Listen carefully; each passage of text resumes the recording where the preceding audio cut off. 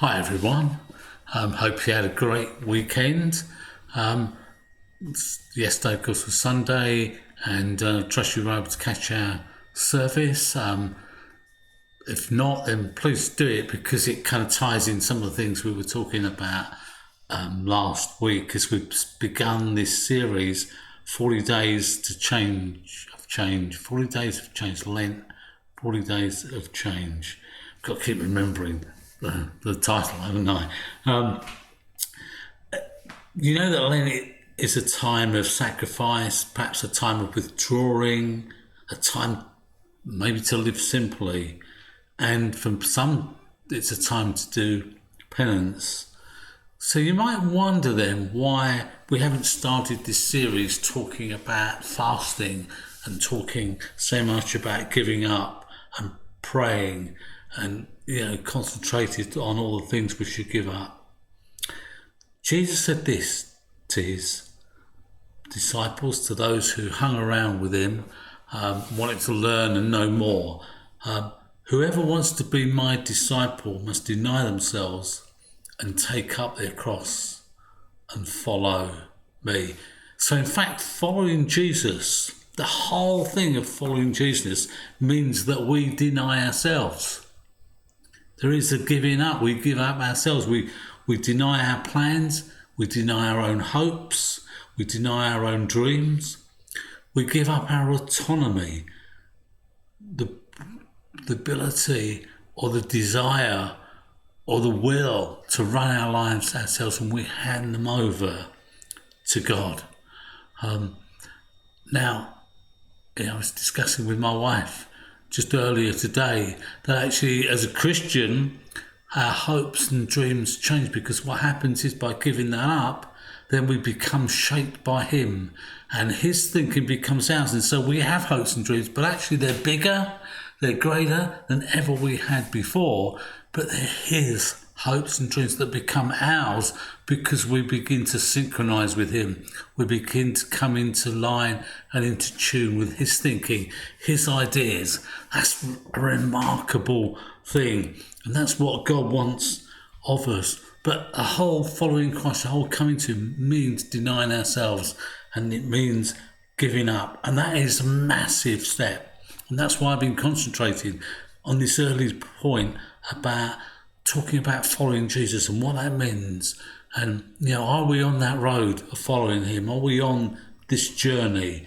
It is where it all starts. We can talk all we like about fasting and doing this and doing that and religious things and all that, but they mean nothing if we haven't made that first step. And it's the biggest step to follow him and to deny ourselves and to say, actually, we don't know better, but we're going to follow you.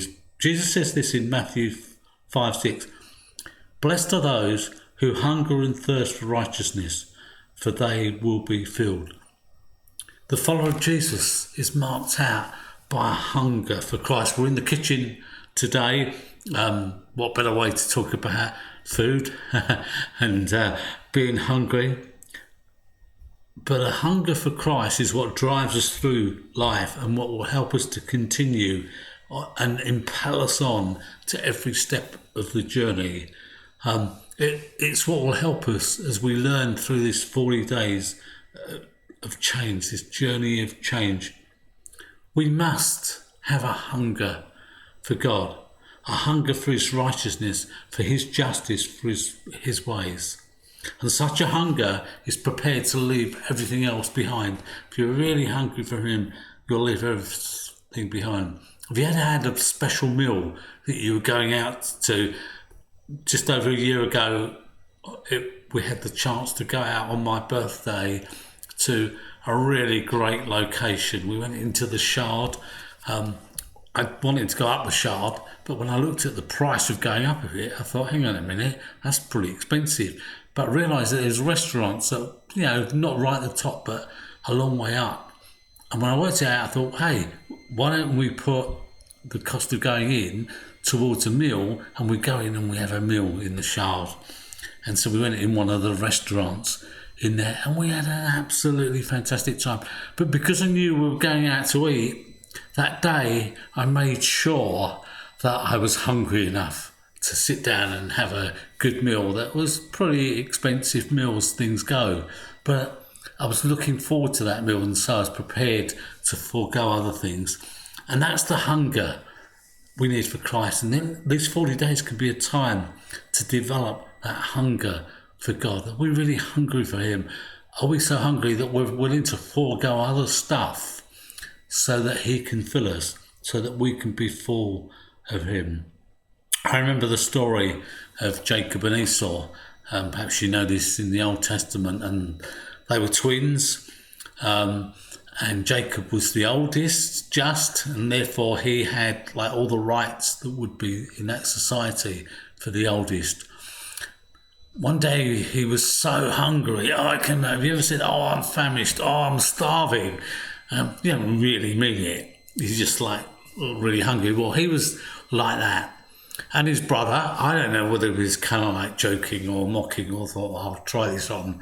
And said, well, it's fine. I've got this lovely meal going. Oh, yeah, I can smell it. Oh, it's fantastic. Oh, please, I'll give you anything for it. He said, well, what about your birthright? Yeah, I'll give you anything.